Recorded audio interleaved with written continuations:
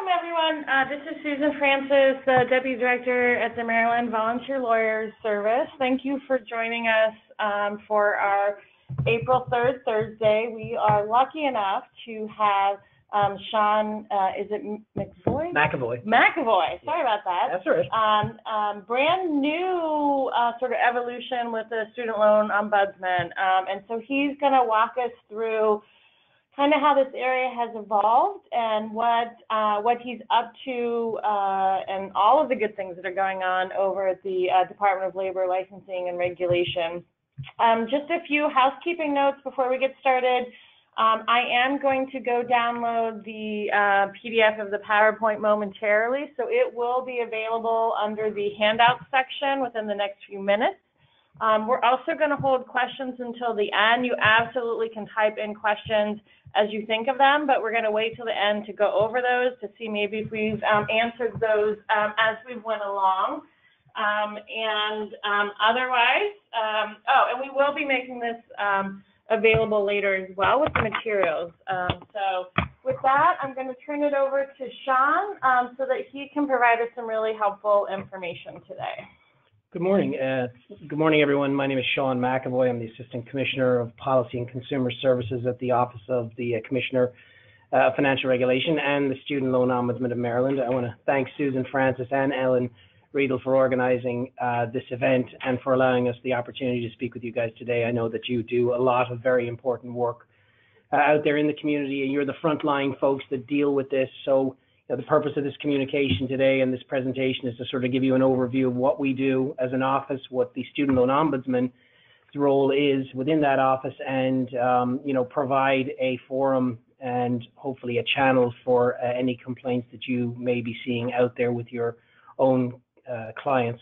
If there's anything you can do to get the word out there about what we're doing, we don't have a budget, we don't have any marketing money, so anything you can do to help us get the word out about the program would be great. And then any sort of referrals that you want to send our way, we can talk about that later in the presentation, but we would be grateful for any of those, any of that. And then as professionals in your industry, anything that you see out there that you feel maybe suspect that you want to bring to our attention, by all means, we would also be we'd be very interested in hearing if you're seeing things out there that concern you with regards to student loans.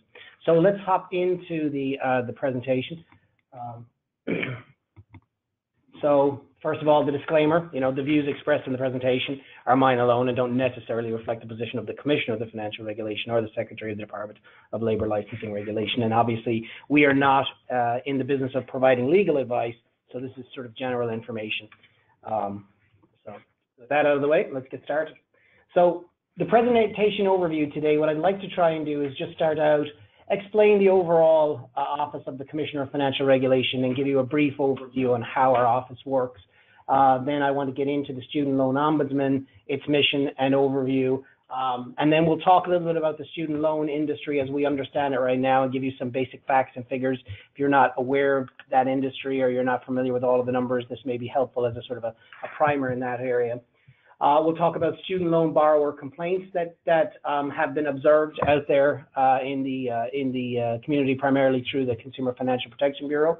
We'll talk about resources for borrowers that are out there, including the Student Loan Ombudsman resources. We'll get into explaining how you can file a complaint or how one of your clients can file a complaint if they have one about their student loan servicer. And then there'll be some general advice from us in terms of how to prepare your clients and prepare yourselves for interaction and engagement with the Student Loan Ombudsman to make it as streamlined and as quick as possible for you guys. And then finally, there'll be contact information at the end so that if you need to talk to me directly or talk to our offices, you'll have that information to do so. Let me make sure I heard that shared screen. Oh, sure. Sorry about that. That's okay. You're great. Sorry. All right. Now we're back on track. Okay. Okay. So, mission of the office is obviously to ensure that the citizens of Maryland are able to conduct their financial transactions through safe and sound and well-managed institutions that obviously comply with Maryland law, very important, including various consumer protection provisions. We want to provide a flexible environment, but it has to be sound regulatory environment at the same time. We obviously want to promote fair competition. We want to encourage business innovation out there, but it's important that there is a balance and that and those stakeholders that are involved in those industries that we regulate obey our laws, and at the same time help support the Maryland economy. So just the office itself. I'm sorry, move to the next page. So the office itself, it charters and supervises primarily Maryland banks, credit unions, and trust companies. We license and supervise over 17,000 businesses. These include mortgage lending, brokering, and servicing, consumer lending, debt management, settlement, check cashing, money transmission, credit services, and obviously now student loan servicing is also been added to that. And then obviously the credit and reporting agencies are also under our jurisdiction. We provide consumer protections through the activity of the Collection Licensing Agency Licensing Board, that's SCALB for short, and the Student Loan Ombudsman, and we will pursue examinations, investigations, and enforcement actions where necessary. So from that perspective, our goal is obviously to make sure that, once again, that the stakeholders, these businesses that are engaged in providing these services, obey our laws. Let's talk about the Student Loan Ombudsman. The Ombudsman position exists to provide loan borrowers with a state-level office that can assist them in resolving their complaints. The objective of the office is to provide information about student loan processes. It's to act as a liaison between the borrowers and student loan services to attempt to facilitate solutions first with those borrowers and with those servicers to make sure that we can try and get a resolution or a proper resolution to issues that borrowers may have. And if there's any mistakes out there that need to be corrected, our goal is to ensure that those servicers correct those mistakes. Just to give you an overview on how the office was established, it was established under the Financial Consumer Protection Act of 2018. That act required us to commence duties on October the 1st, 2018. I was asked to take on the position around July and August of 2018 and to apply the provisions of the law and to make sure that we were ready to open the office and get it established by that date. So our goal, and the law basically says that we have to accept and review the complaints and attempt to resolve those complaints. That's what the law requires us to do. We may refer matters that are abusive, unfair, deceptive, and fraudulent to the Maryland Attorney General's office. I'll go into a law that was just passed in the legislature this session that sort of improves upon those powers. We can get into that a little briefly later on. I have a slide that I've prepared to talk us through that. It helps sort of enhance our ability, so to speak. And then we're supposed to maintain a contact designee list. So for every student loan servicer out there that services a Maryland resident, they are required to provide designee information to the Ombudsman, and we have gathered that information and put it into a database. So essentially, the servicer has to designate someone within their organization at a high level who will be our contact. They've got to provide that contact information in the form of a phone number, addresses, email addresses, and mailing addresses, so that if we need to engage with one of those institutions on behalf of a borrower, we have direct access to that person. That was established, and that database established by October the 1st with the assistance of the student loan servicer entities that are out there. Let's talk about the loan industry itself a little bit, just to give you an overview. And for those of you that are, that know about this, I'm probably not telling you anything new, but it is staggering when you think about some of the statistics. So as of 2018, the last quarter of 2018, student loan debt in the United States exceeded 1.46 trillion. 1.34 trillion of that is in the form of federal debt that is financed directly by Uncle Sam. So 9 times out of 10, if you have a loan, student loan, it's Uncle Sam who is the ultimate lender to you. Student loan servicers are employed by Uncle Sam, in the process of getting those monies back from the students that are borrowers. But at the end of the day, 9 times out of 10, and in this case, 1.34 trillion of the federal debt is financed by the U.S. Department of Education. The remaining 113.1 billion is in the form of private or institutional debt. So for many borrowers, sometimes they have a combination of private and public debt. Sometimes they have all of it is to Uncle Sam. Sometimes, depending upon what your graduate degree is, you know, if you're taking an MBA program, maybe a doctor, maybe becoming a lawyer, sometimes in those situations, it's private debt that finances that education. So let's take a look at why it's $1.46 trillion. Well, over the past 10 years, no real, I don't know what the word I'm going to use, but no real reason why, other than we had a major, you know, downturn in the economy in 2008. You know, education is becoming more expensive. A lot of people went back to college during the downturn, and in that time, over the last 10 years, the market for student loan debt has expanded by 143%. And so essentially, it's gone from 600 billion in 2007 to what we have today, 1.46 trillion. And the number of borrowers, of course, has also increased. It went from approximately 29 million to 44 million. The average federal loan debt at graduation per student has increased on average from $18,000 back in 2017 to $31,000 now, well, as of last year. And state averages for student loan debt range from a low of around $19,000 if you graduated out of a university or a third level institution in Utah to if you graduated out of an institution in Connecticut, that averages around $39,000.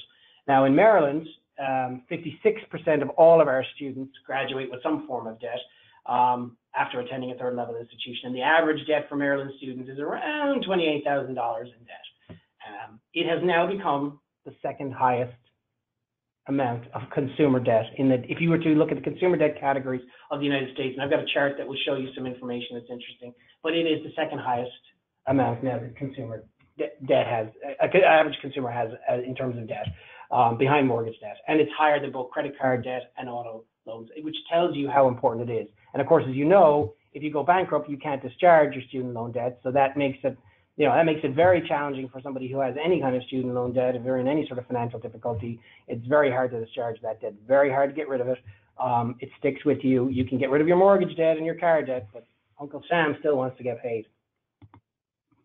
So if we look at the delinquency or default rates over the last 4 years, if you look at those lines, there's a number of different lines. There's one that the red line is the student loan line for the delinquency rate. Then you've got credit cards, which is the blue line, if you can see it. Gray is other kinds of debt. Mortgages is the orange. And then autos are the green line, and the home equity is another form of lighter blue. If you look at all of those default rates on average, particularly over the last 4 years, the highest default rate right now is student loan debt. All the other forms of debt have lower rates, well below 10%. Some cases they're hovering under 5%. For some, such as the credit card debt, it's around sort of 6 or 7%, where we would expect it to be. But obviously, that line indicates just the level of difficulty that so many people are in right now with regards to their student loan debt. And once again, I think just from industry findings and from what I've seen out there, a lot of people don't understand that when they default on their student loan debt, they can't get rid of it. You know, it's not dischargeable as other forms of debt are. So that's quite interesting. It's 11%. It's very, very high. When we look at the issues around, you know, the complaints that borrowers generally have, we went to the CFPB, the Consumer Financial Protection Bureau. They've had an ombudsman in place for a number of years. They've been tracking this for about 2.5 years. We don't have enough data ourselves at this point to form any major conclusions. But when we looked at the CFPB data and we looked at the kinds of complaints that borrowers have, you know, it revolves around, most of it revolves around, you know, 3 or 4 top items. The first one is just general communications with servicers seems to be extremely difficult. It's extremely difficult for borrowers to engage with servicers, to get the right information, to get clear direction on what it is they should and should not do, understand their choices. They feel that is their number one complaint. It's just in general that servicers could do a better job of explaining to borrowers where their position is. The other major complaint is in the IDR plan enrollment. So, you know, that is deferred repayment plans. You have an opportunity, as if you have a federal student loan, you can request that you be allowed to go to a payment plan that will allow you to sort of meet your minimum debt levels while also being able to, take into account the income that you have. That's a 60-day process. That IDR enrollment plan can take as long as 60 days. And when you request that, the servicer has to put you in, I believe, forbearance for a maximum of 60 days in order for that to happen. So borrowers have to stay on top of that process. If you're going into the IDR process, you have to stay on top of the servicers to make sure that you're only in forbearance, because after 60 days, you can go into default. And there's been situations where the servicers have not got back in time with the borrowers, and as a result of that, it's moved from forbearance into a default situation. And once again, that puts fees in place, that puts all kinds of extra interest charges, there's all kinds of issues that the borrower has to deal with. So that's been another, a complaint that's been a big one. The third one is payment allocation. So you may have a number of loans that are at different various interest rates. You may be paying, of those 3 or 4 loans that you may have, if you haven't consolidated, there has been a certain amount of miscommunication on both sides, or misunderstandings about how those payments should be allocated. So if you're making a payment every month, what rights do you have as a borrower to say, look, I've got 3 loans, one's for 10,000, one's for 5, one's for 4. I'd like to apply the principal this way, and this way. There's been a lot of miscommunication and a misunderstanding on both sides about how and how much as a borrower you have control over that payment allocation. The fourth biggest issue is public service loan forgiveness. We feel, based on our research and on what we've heard anecdotally, this could be one of the biggest issues, and it may surpass in many situations some of the other issues that borrowers have, because there are a lot of folks that entered into programs that they felt were going to give them loan forgiveness after 10 consecutive years of loan payments. So after, if you think that, 12 payments a month, 120 payments, there's a lot of folks that are working in nonprofits, they're working in the legal field, they're teachers, they thought they were in the right program, they've been making their payments. They come to the end of that 10-year process. That process, when I say process, that program that the federal government introduced was introduced in around 2008. It's been 10 years going on, 10 going on 11 years now, and there's a lot of complaints about folks that are not getting the balances of their loans forgiven. They thought that they were going to have their loans, or the balances on those loans forgiven. That's not happening. And it's a big enough issue at this point that we think down the road the federal government's going to have to deal with it. They'll probably be dealing with it at a federal level, because there's a lot of people out there that are in federal government and state government, and this is teachers and otherwise, that have been working and paying off these loans, and they find out after 10 years that they're not in the right program, that they haven't, from the get-go, they haven't entered the right program. Or the other problem with that program too is, and this is debatable too, but apparently if you miss even one payment, you may be disqualified from that loan forgiveness. So there's a lot of issues about whether you made the payment on time or not. It's very, very sticky at the moment. The other issues that we have seen through the CFPB are payment processing, general collection activity, the way that they've been contacted sometimes by the servicers in an inappropriate manner. Those are the other ones that make up the rest of the borrower's complaints. So as you can see, from our perspective, any public service loan forgiveness we feel is going to that may end up growing in terms of its size and the number of folks making complaints, because they think that that's going to really start to impact people in the next couple of years as they start to look at those loan programs and realize they're not going to get the forgiveness they thought they were, or at least they get into a debate with the loan servicers about whether they qualify or not. So this slide here comes directly from the CFPB. It was the most up-to-date research I have on it. But if you look at the major complaints about the major loan servicing organizations, the top 5, let's say, servicers that by volume of complaints that borrowers complain about are Navient, AES, which is American Educational Services, which is some sort of a subsidiary of PHEAA, which is the Pennsylvania Higher Education Assistance Agency, Nelnet, Great Lakes, and ACS Education Services. And it's no coincidence, they happen to be the 5 biggest loan servicers in the country by volume of loans and by overall outstanding portfolios of loans. So the 5 biggest complaints are about the 5 biggest institutions.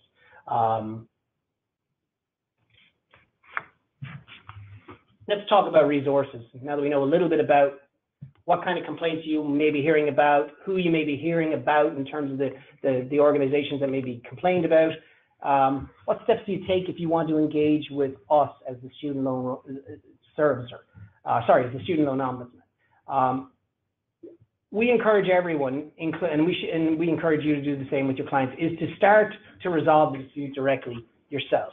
So the best thing you can do, we all have limited resources, but the best thing you can do if you are a borrower, the first thing you should try to do is try and resolve this dispute directly by contacting the student loan servicer.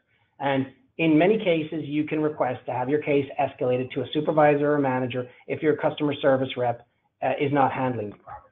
We've heard anecdotally that apparently some of these student loan servicer organizations only give their customer service reps a certain amount of time, 4 or 5 minutes, 6 minutes, to resolve every issue. They're supposed to be moving on from issue to issue to issue. And as a result of that, student loan borrowers, and I'm sure the customer service reps themselves, feel that sometimes you don't get to the optimum solution if someone is quickly trying to process you through. They're looking for the fastest solution. That doesn't necessarily mean it's the best solution for a borrower. So it's important to understand that, you know, you can call them out on that as a borrower. If you're on the line, you can say to the customer service rep, look, I know you're supposed to have this complaint finished by a certain time, but I need to talk to a manager, I need to talk to a supervisor, or I need to spend more time speaking with you. If you don't know which student loan servicer is servicing your federal account, well, you've got to go out to the National Student Loan Data System. So when we've engaged in the past with some borrowers, they may not even understand who their servicer is. You've got to go out to the National Student Loan Data System.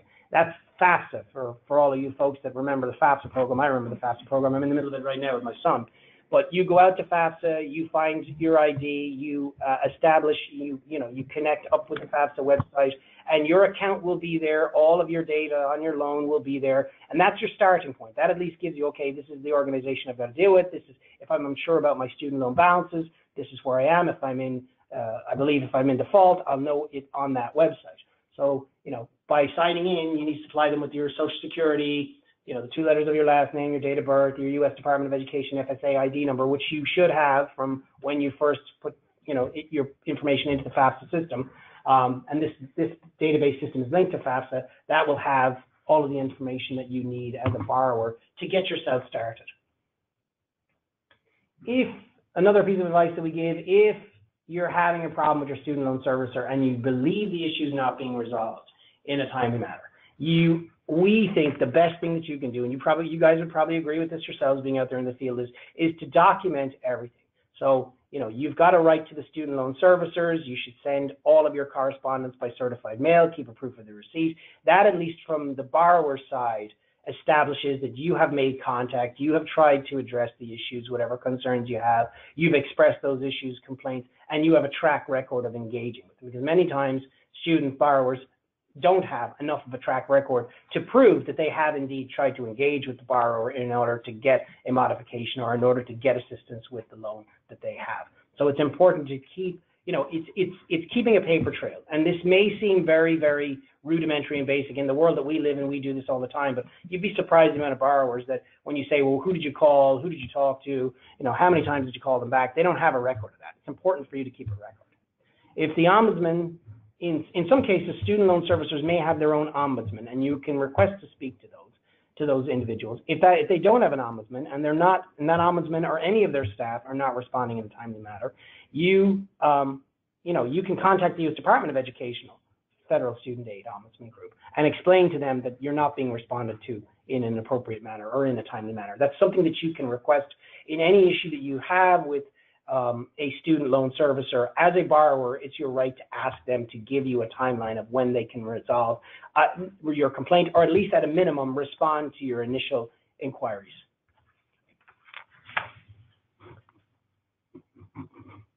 Next slide. Okay, so at the Office of the Financial Consumer Regulation Agency here at DLLR, we have established a website page. And we have a complaint form. So if you have an issue that you want us to review directly, my office, you can go to our website. Our telephone number is there. My email is studentloan.ombudsman@maryland.gov. You can contact me directly.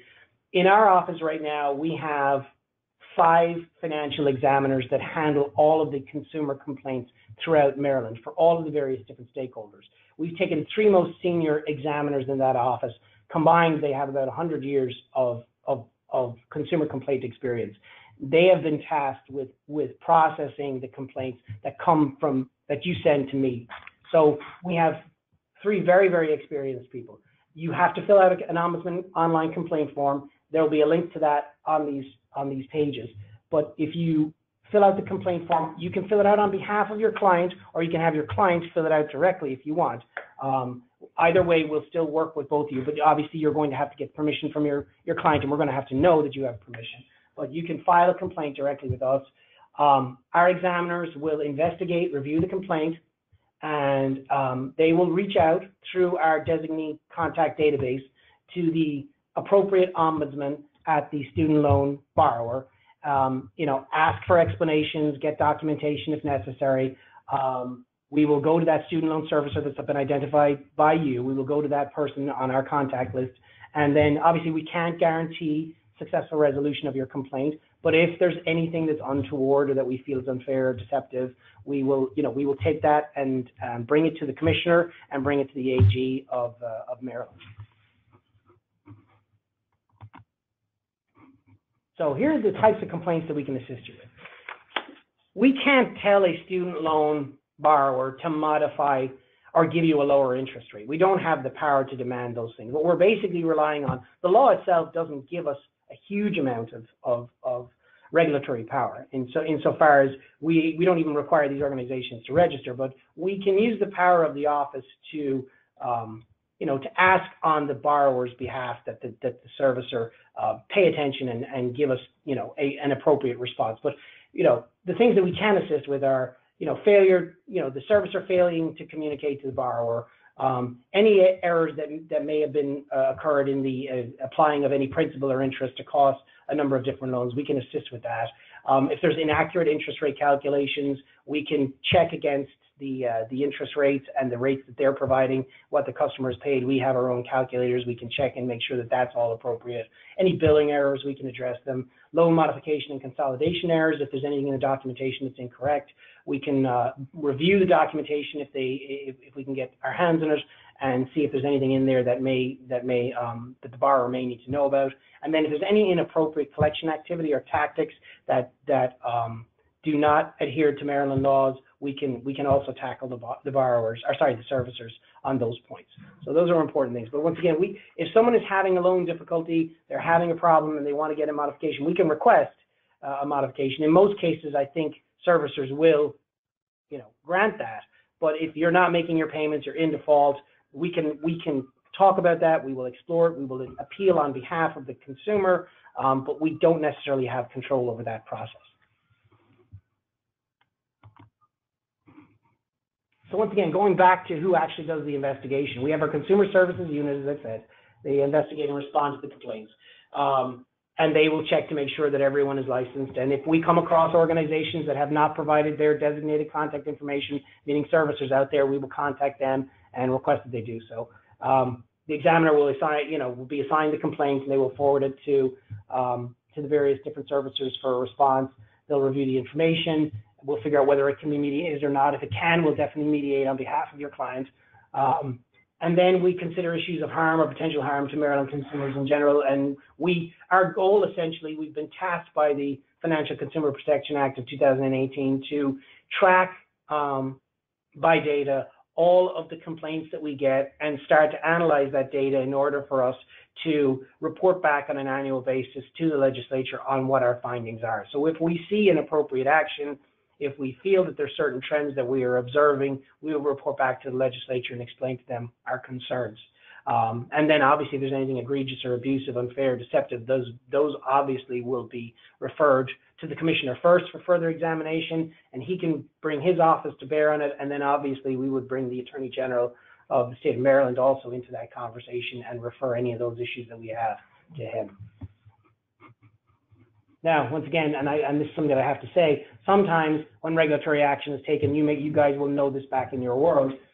This is new to me. When regulatory action is taken, it may not include immediate relief that is personal to the complainant, but it may rectify whatever inappropriate behavior is going on. So general advice, I mean, this is really basic stuff, and from your perspective as legal folks and counselors, you understand this world, but when I'm out talking to borrowers, this is what I'll say to them. Look, keep physical records of all your conversations. Follow it up in writing. That can be in the form of an email. It doesn't have to be a letter, but if you're going to send a letter, send a certified letter. Anything that basically tracks all of your contact and your conversations with these folks so that you have it in writing that A, you've made every effort to try and get your issue resolved, and that from your side as a borrower, you are doing your best to get this issue resolved. And if they're not being responsive, you have proof that that's the case. You can request a copy of your customer service history, and some loan servicers will make copies of those notes that their customer services, sorry, let me rephrase that. So you can ask for your customer service history, and in that process, any engagement that a customer service rep has had with you, any notes that they've taken and put on the account can also be made available to you so that you can look at what the customer service person has put in their notes when they were dealing with you on their database system. Obviously when you're speaking to somebody on the phone, make sure you get names and contact information for who that person is.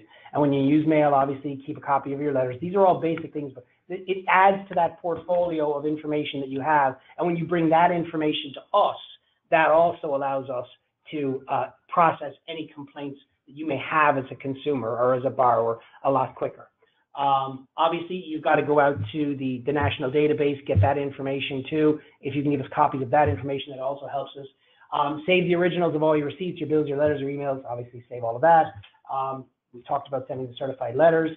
Don't be afraid to state your concerns. Try and be polite and courteous. It can be very, very difficult under the circumstances to deal with some of these institutions and organizations, but we do think that you can get more with a drop of honey than you can with a pint of vinegar. So it's important to try and stick to the facts, be relevant, and then once again, you can always request that they be responsive to you, and you can request that they get back to you by certain dates and times. That's within your rights, and you should do that. And that's what will push the process through faster. So if you are in some sort of a modification and you are in forbearance, obviously you want to get to that resolution as fast as you can before the 60 days are up, because you may not realize that you're going to be, that you're going to go into a more serious area after that. So it's important that from a standpoint of making sure that that they're responsive, you hold them to those dates and times.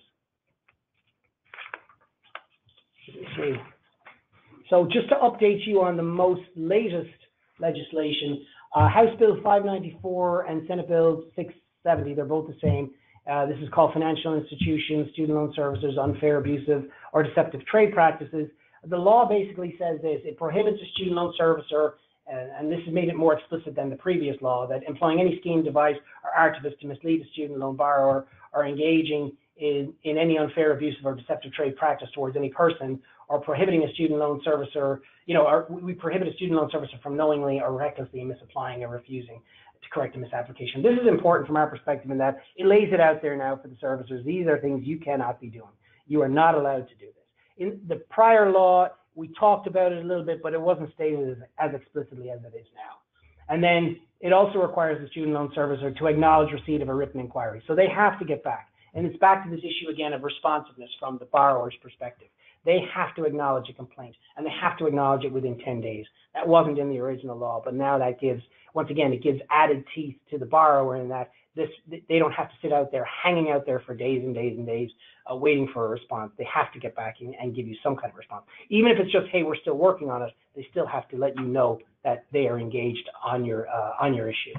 And then finally, the law also authorizes the commissioner now, it didn't originally, it authorizes the commissioner's office to investigate and enforce prohibitions. And we would do that obviously in conjunction with the Attorney General, but it allows, it's just, once again, it's an added entity that's allowed to get engaged, and investigate and pursue through whatever means we have through our office a remedy for a borrower. And if we see anything that's unfair, abusive, or deceptive, I keep saying this, but we would, and we've done it in the past, and this is how we work. We work with the AG's office to pursue legal remedies. And so this is my contact information. You can contact me directly, studentloan.ombudsman@maryland.gov. That comes right into my direct email. I'm on that site all day looking for complaints, and then I'll review the complaint, I make it back to you directly or to your client, and then at one point, when we pass that on to one of our financial examiners, we will give you the contact information of the financial examiner that's going to look at that. Then we sit down, we go over our complaints on a weekly basis in our office, on a monthly basis, to see where we are with the complaints and where they are right now. I'll be tracking that through the financial examiners that work with me. And then I would strongly advise you to go to our website. We do have a very nice section there. It doesn't have all of the solutions, but if you go out to our website, and it's listed below, and I apologize, we have very long addresses at the state, but that website is very easy to navigate. It's got the complaint form there. It explains the process by which you engage. And once again, as experts in this field, as folks that are working in this day in, day out, I don't think there's anything in there that's going to surprise you. It's mostly get your documentation together, your best to get it together before you approach. And you can approach on behalf of your client if you wish. If you're seeing something out there directly that concerns you, you can contact me. Also, and then obviously, once you've got that paperwork together, you have all of your correspondence with your borrower. Try and work it out with the borrower first if you can. If you can't, come to us, and then we will appeal through our office and through our contacts to try and get a resolution to the issues. And then if we know that we feel that we don't have a strong case or we can't pursue it, we'll try and be as responsive as possible in that before we make that decision. But we're not going to lead you guys down the road either, or the borrower. If there's things that we can't fix, we'll be upfront about that. But anything that's anything that's basically untoward, we want to know about it out there. We feel over the last couple of years, because of the CFPB and some of these other organizations, they've been very effective at bringing this to the forefront. And given the fact that this is such a large issue now, and it affects so many people from so many walks of life, that sooner or later, some of the issues around this are going to be resolved. This is me personally speaking. I think they're going to be resolved at a federal level, because it's only a amount of time. It's only a small amount of time before that. If you think about how many people now have student loans, and how many congressmen and how many folks on the federal legislative side are listening to these complaints, that at some point it has to be addressed. If you think about this industry, when I graduated from MBA school 20 years ago, it was a cottage industry, so to speak. You had these players that were very unique. You got your loan, you didn't ask too many questions. Loan rates were usually pretty low. You didn't have a huge loan to take care of. But given the volume and the nature of the size of most people's debt when they graduate from college now, it's a significant issue. And people recognize it. At the Fed and other places, they're recognizing the impact that has on millennials and others when it comes to things like creation of home, taking on additional debt, in the form of mortgage to create homes, to create families. It has an impact.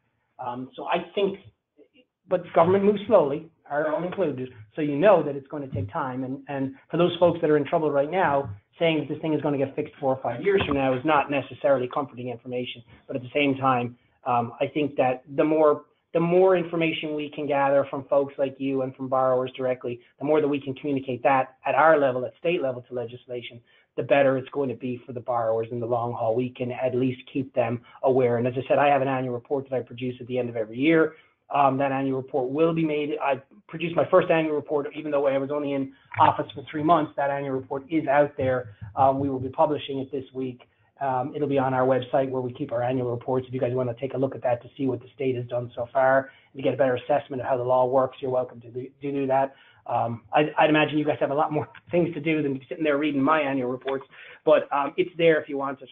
And that's it. That's the presentation. I apologize. I tend to speak quickly, so for anybody out there, I should apologize before I start. I tend to speak very quickly, but if you have any questions that I can answer today, I'd be happy to engage in that and see if we can answer. And for any questions I can't answer today, we'll keep a note of them, and I'll try and get back to Ellen and to Susan on the answers. Thank you. Thank you so much, Sean. I'm going to take organizer privilege here to ask some questions, and then we'll check for questions. First, I'd be remiss. They're reaching out to their congressmen and congresswomen. Congresswoman, I apologize. Yes. Absolutely. Yes. But I came to MVLS to run our foreclosure prevention project, and so it's really interesting to hear you talk about this evolution around servicer complaints and servicer abuses, and really needing the federal government to step in and really lay out some protections and policies. And certainly Dollar has played such a big role in that world, and has been a tremendous resource for us. And and lots of attorneys out there working with mortgage borrowers. So it just sort of struck me that this sort of seems to be the path, and with having you here and having this position, it's an exciting step forward for borrowers that are getting lost in what you're saying, that it's become this very big business. And it's interesting you should say that too, because the CFPB itself was very, very effective. Up until recently, was very, very effective at gathering the information, assisting borrowers. And one of the major reasons that they were able to do that was they had access to the U.S. Department of Education's loan program documentation. So if you were a borrower and you said, I'm having a problem with the servicer, X, Y, and Z, they could take that complaint, they could call up the U.S. Department of Education, tell them, hey, we want to take a look at these loan documents for this particular person, we want to go through those loan docs. And that made them very effective, because then they could look at those loan docs and compare that to what the servicers were saying to the borrower. And if there were any issues, they could say to the servicer, well, in fact, page 15 of this document says that they can do this, this, this, and this. Made them very, very effective. Then the U.S. Department of Education closed down that option. They weren't making that documentation available anymore to the CFPB. And I think as a result of that action that was taken, at the state level here in Maryland, sort of a decision was made. Hey, maybe we need to do something at a local level. Although we didn't have as much power as the CFPB, but in case anything happened to the CFPB, or if there was some sort of minimization of their abilities, let's try and at least put something in place for now to make sure that if that happens, then we have our own homegrown organization that can assist borrowers. That's my take on it. No, that makes perfect sense. And that leads me to the question I was going to ask you, is where, obviously this is Maryland focused. Yep. So what qualifies as Maryland focused? Is that a borrower that happens to live in Maryland, or a borrower that no longer lives in Maryland but took out their student loan while they lived in Maryland? What's that sort of territory? That's a great question. So the parameter for us is, it doesn't matter where you went to school. It doesn't matter, what organization in what part of the country, whatever servicer, extended the loan to you. If you are a Maryland tax-paying resident, you can engage with us, and we will, take your complaint because you are paying Maryland taxes. So we're not in the business of trying to restrict it, but from a reality perspective, we can't take calls from Pennsylvania. We can't, so if you're in Maryland, it doesn't matter where you came from, but if you're now a Maryland resident, you have a Maryland address, you're paying Maryland taxes, you are welcome to contact our office. And do you know at this point how many there are other states that have this sort of? Very good question. Another good question. So it's been sporadic at best. I know Connecticut has, the state of Washington has, Washington, D.C. has an ombudsman established, Virginia has established an ombudsman.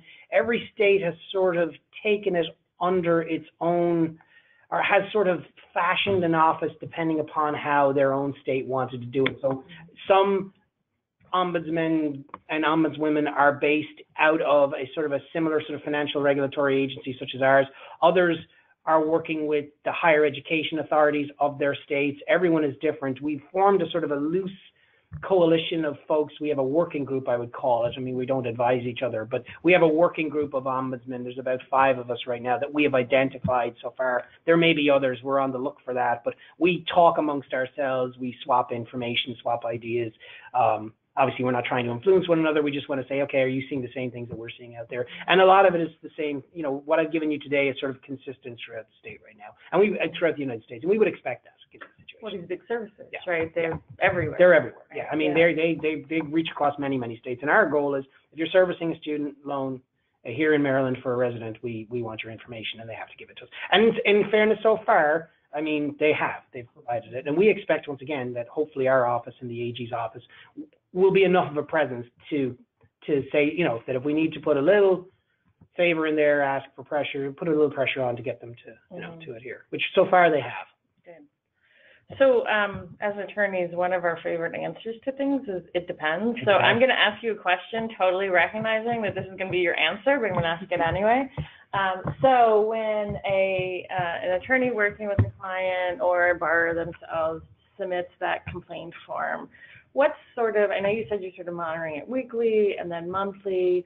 What is the general, recognizing it depends, for a kind of an initial response to say, like, hey, like, we've got your stuff, we're going to look into it, to trying to come to some resolution? Yeah, I mean, generally our process internally is, and once again, we've sort of piggybacked the Student Loan Ombudsman onto our existing processes of how we would handle, any sort of debt-related complaint that we're dealing with.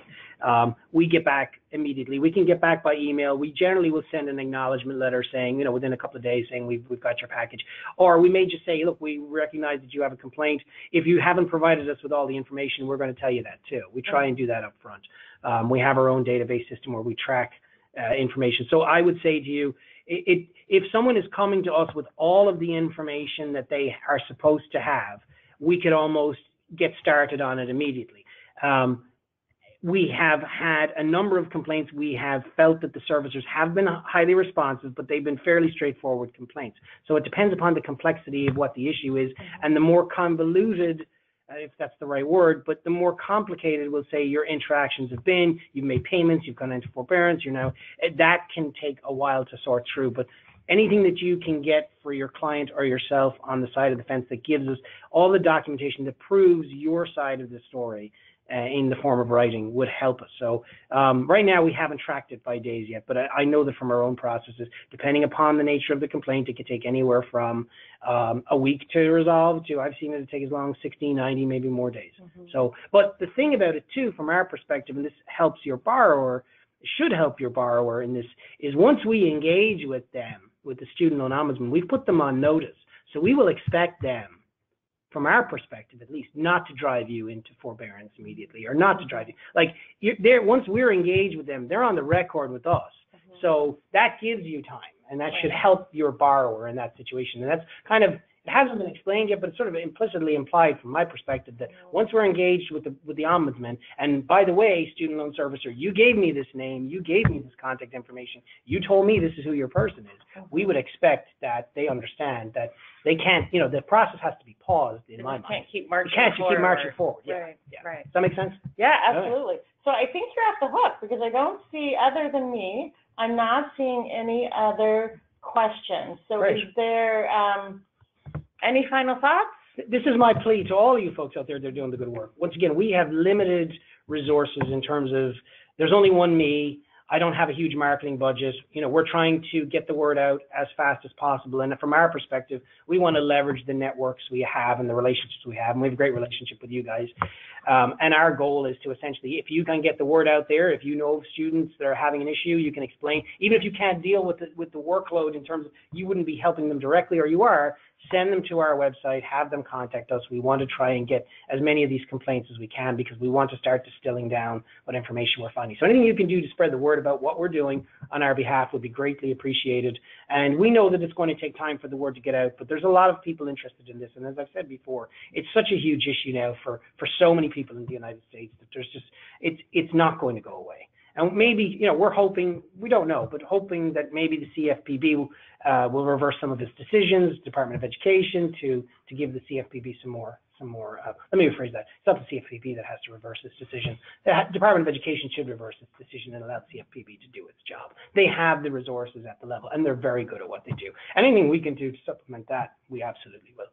Great. So thank you for your time today. Thanks, Susan. I'm much appreciated. And thanks to Ellen and to Meredith for organizing this. And as I said, if you can, we're going to leave some brochures today, but we do have brochures out on our website. The complaint form is on our website. You can download a copy of that. It's a PDF copy. You can take a look at it. Very straightforward for folks that are in the legal field. We try to make it as simple for folks as possible, so you don't have to be a lawyer to fill it out. And if you guys are in a situation where you've got 5 student loan issues and there's one that you're going to cherry pick, and that's serious and you're seeing some real issues, bring it to our attention. You can tell the other folks, look, you're going to get the same attention from these guys, whether I take care of it or not for you. So, go contact the ombudsman, and we will, we'll do our best. Great. Yeah, great. Thank you so much, Sean. You're this welcome. was fantastic. Great. And we're just thrilled to have you. Thank you. And the good work that you're doing, and the attention that the state and Dollar is putting on what can really be sometimes an intractable issue for borrowers. So we will be putting all of these resources up on our website, and I would be remiss if I didn't also mention you can always follow what we're doing on our social media platforms, which is here. You can always look for pro bono cases. Sean and his team have been gracious to offer this training today, and we can offer it to you for free. So it doesn't come with a pro bono case requirement, but hopefully you're motivated to help some of our consumers. And you can always go to our pro bono portal where we have all of our available cases up, and you can search by consumer or any other areas that we represent. And finally, we have some great trainings coming up. All of our trainings are free. Some of them come with a pro bono case requirement and some do not, but you can always go to our events page and sign up for those trainings as well. And so with that, again, Sean, thank you so much for coming today, and we will finish the webinar. Thank you, everyone, for joining us.